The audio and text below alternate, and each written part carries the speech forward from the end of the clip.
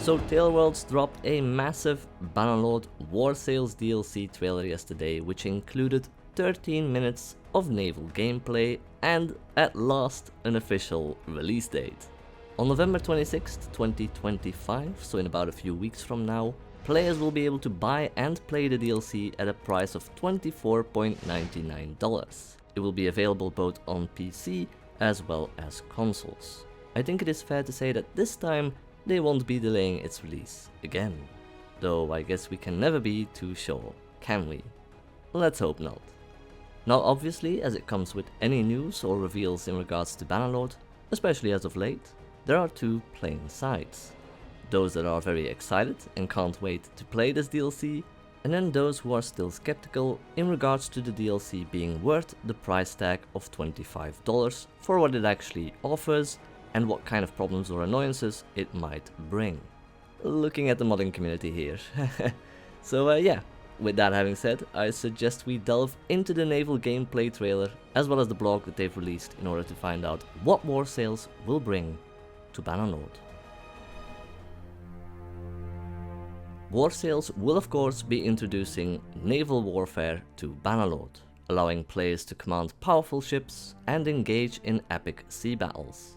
It will bring with it new mechanics, territories, an expanded arsenal, a new Nordic faction, more character customization, and with that, plenty of new challenges, as you will now have to keep in mind that Calradia, the fictional continent within the world of Bannerlord, has been reimagined with a northern region, a settled island, coastal waters, and open seas by which the enemy can attack.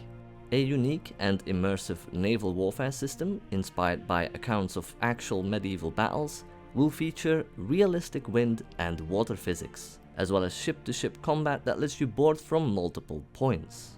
During the premiere of the trailer, a lot of players in the chat went absolutely nuts when they finally saw gameplay of a ship straight up ramming another in the side, causing it to sink. Truly epic stuff and probably the best part of the trailer. And I must say I was skeptic myself when it came to what the developers were going to show us. I thought it was going to be less polished, but it was really cool and it looked pretty good. We know that they fine-tuned atmosphere values in general and improved their skybox textures and existing global illumination going off their 1.3 updates. But yeah, visually it looks amazing. Now my concern has nothing to do with the gameplay per se, it's more of what this new DLC will do in regards to the modding community as well as its mods. I think I mentioned this in one of my earlier videos that for a specific time, players will have to play this DLC without mods, as those will not have been updated to be compatible with War Sales. Next to that, playing the DLC will also mean that you will be launching a separate playthrough, a different adventure that you will be embarking on from the one you've played in the main game. So for an uncertain amount of time, players will have to play a native Bannerlord again when launching this DLC, and I think a lot of players by now have installed quality of life mods to make the game all the more enjoyable. Some of you may have even gone for complete overhaul mods. But so yeah, these will not work with the DLC unless updated, which of course will take time. And so yeah, I'm just curious to see what the War Sales DLC will be met with. Critique or praise, considering the criticism native Bannerlord has gotten in regards to certain features missing, being underdeveloped, and so on. Now let us go back to the naval gameplay from the War Sales trailer, which is what we're here for, of course. So this battle will last 13 minutes, and we start off with this screen right here. The Order of Battle phase, which allows you to organize your forces. As you can see, we start with 8 ships right here. That will also be the maximum that you can bring in at the start of each naval battle. In case your fleet exceeds that number, then you can actually review the roster and decide which ships you want to bring into the fray. You can then assign your character to a specific ship which you will be physically present on, and from where you will be commanding the rest of your fleet. There are 18 ship types modeled after historical vessels, so you will see a nice variety of ships, each with unique handling which is shaped by the realistic wind and wave physics I mentioned earlier, which we can now see on screen. You can customize these ships with siege engines, cargo holds, sails, rams, and more, and you can capture enemy ships and figureheads in these battles. Just like in the land battles, you will be controlling each ship like you control a group on land, like infantry, archers, etc. You can also hand control over to the AI if you so wish.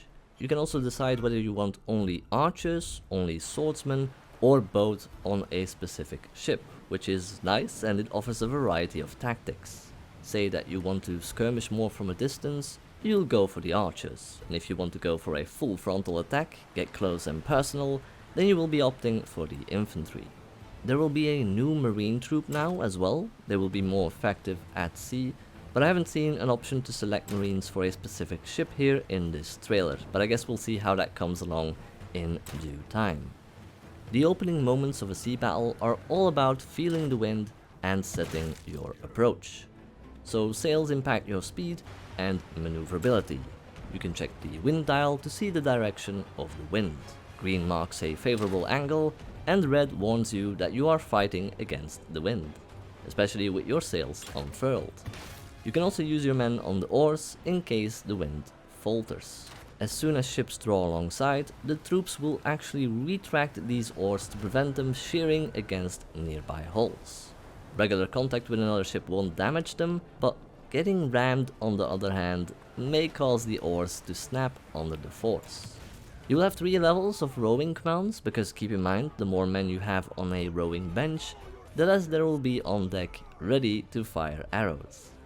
So, you have your own ship, but you can also orchestrate the wider fight by selecting ships and issuing formation orders, such as move, follow, skirmish, engage, or targeting a specific enemy. You can, as mentioned, delegate command to AI captains. If they have missile superiority, they will be more inclined to skirmish.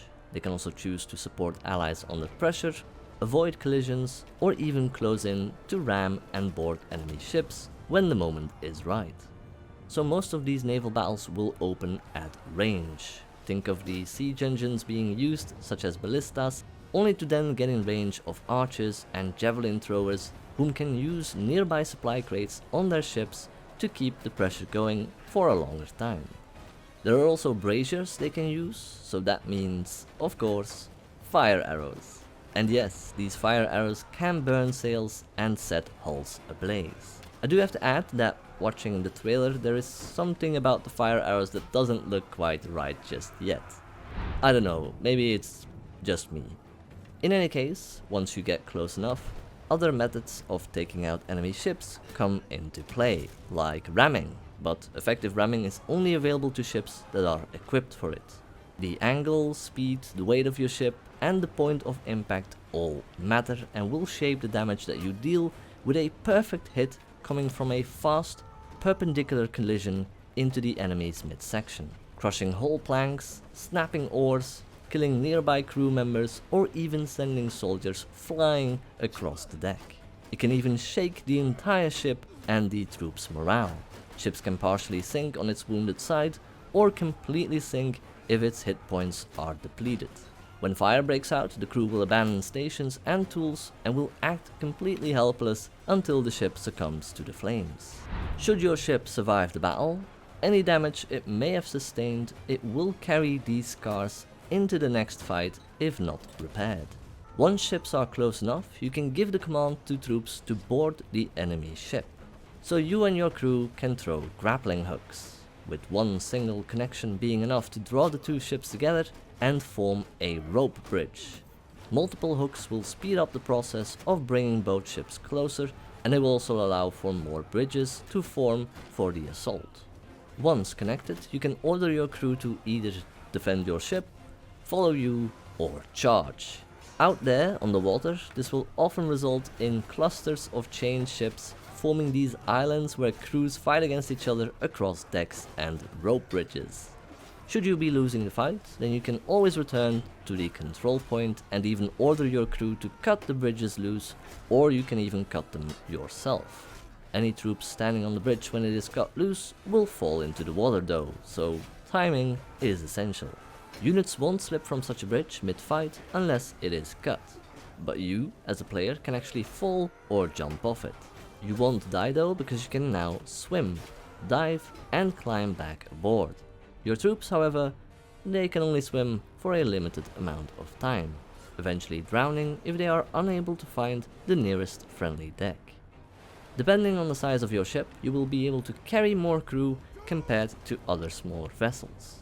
A ship's deck capacity defines how many troops can be on deck and fighting at once. Most vessels have a matching maximum and deck capacity, but as mentioned, some carry more crew than can stand topside, so these extra soldiers remain below deck and will be filling in the spots of the ones that have fallen. So they will spawn in to reinforce the fight and keep the deck manned as casualties rise. If the morale of a ship breaks, then those reinforcements will stop coming even if the ship is still afloat. To be victorious is simple. Either you destroy every enemy ship, or you eliminate all enemy troops, whichever comes first. So, we are now nearing the launch of War Sales. November 26th is when this DLC will be available to purchase on PC and console. This gameplay trailer honestly got me a bit more excited, as we are now finally shown what an actual battle looks like in-game instead of, you know, the nice cinematic trailer shots that we got to see the last few months. And yeah, I'm interested to hear what you guys think about the gameplay trailer and what your thoughts are surrounding War Sales. Let me know in the comment section down below, especially if you wish for me to cover this DLC. Leaving a like is always appreciated, and I hope you found this video informative enough for me to earn your subscription. If you're into this type of content in particular, I cover plenty of other games on this channel with updates and the occasional gameplay. With that having said, I want to thank you for watching this video, and I hope to see you in the next one. Take care everyone.